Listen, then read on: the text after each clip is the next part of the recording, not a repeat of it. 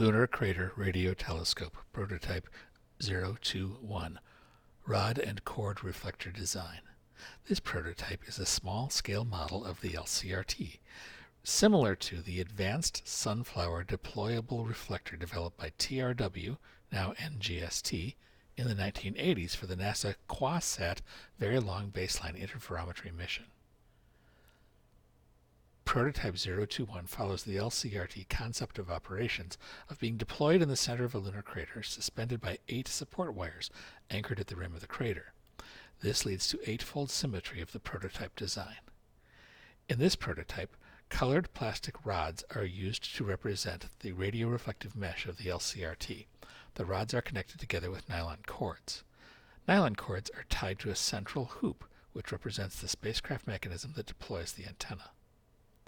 The cords are threaded through the rods. The cords are tied to the central hoop and tied to each other, forming the mesh of the prototype.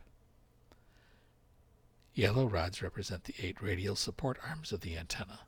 Blue rods represent the first tier, and orange rods represent the second tier. Red rods represent the cross members.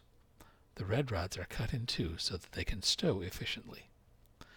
The final prototype includes only 2 tiers to show the proof of concept. In the stowed configuration, the prototype is uneven, indicating that more work needs to be done to adjust the length of the cords and possibly the tension in the cords. In the final LCRT, each of the 8 support beams, represented here by yellow rods, would be pulled out from the center by the 8 support wires. In this tabletop prototype, this action is simulated by repeatedly adjusting each of the yellow rods.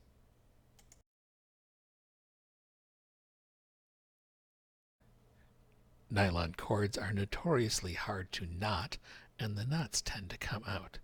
This prototype has some of the knots reinforced with black twist ties. In the full-scale LCRT, this action of deployment will be very difficult to test because the antenna itself is 1 kilometer in diameter. For a small desktop demonstration, this prototype can show some of the difficulties involved in deploying and stowing the prototype. Manufacturability will be a very big issue in the actual final configuration of the LCRT.